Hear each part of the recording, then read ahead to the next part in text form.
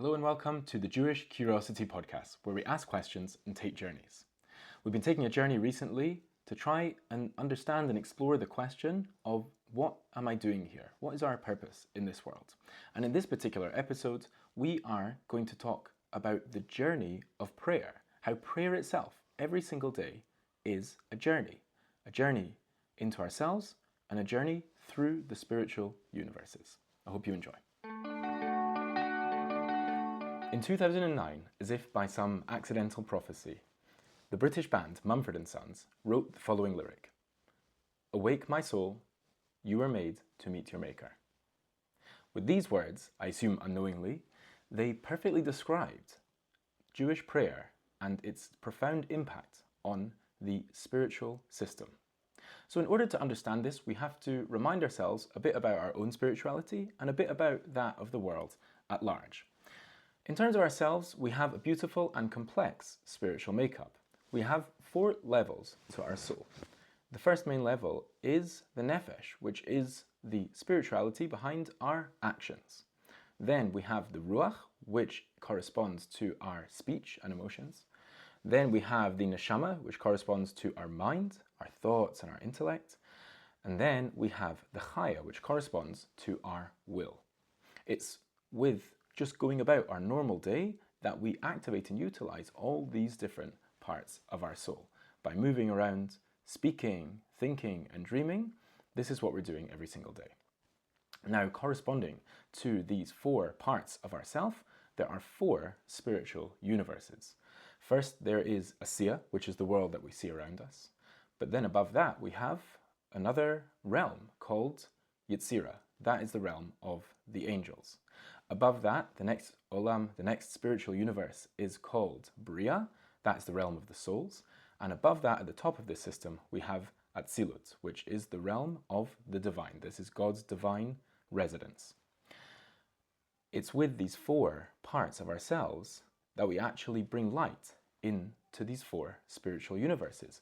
God put us in an imperfect world and He wants us to perfect it. And this is exactly how we do that, by utilizing these parts of our soul through our actions, speech, thoughts, and beyond. We bring light into all these realms.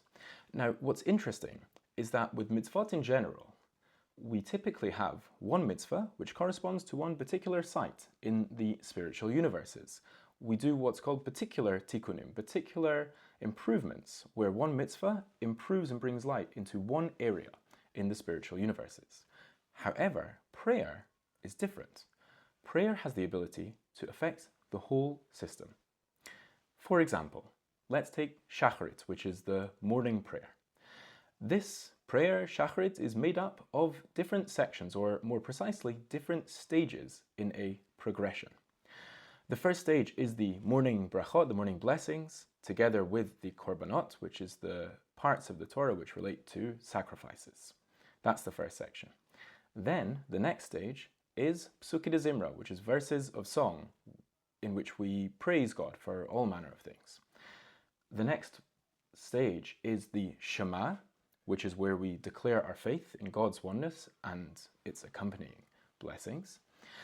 And we have a 4th stage, which is the pinnacle, the Amidah, where we stand before God and speak to Him directly. Now, the Arizal explains that prayer is a journey through the different parts of ourselves and through the different spiritual worlds. The first part of prayer, the morning brachot, the morning blessings, this is that which awakens our nefesh. These are dealing with quite practical and physical matters, and as we say these, we awaken our nefesh and we bring light into the world of Asiya.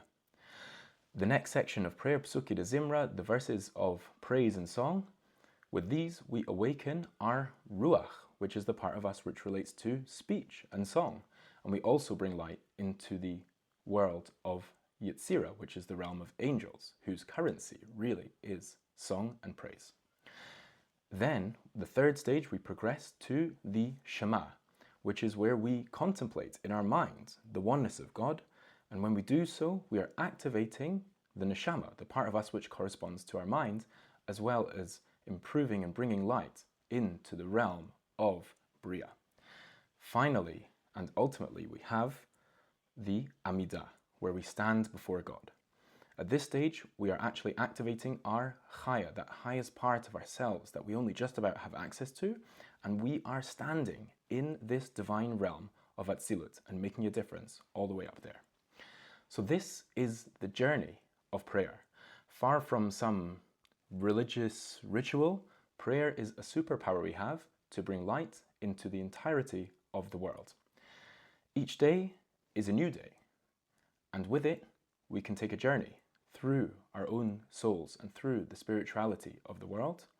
In doing so, we awaken our souls and ultimately have an opportunity to meet our Maker.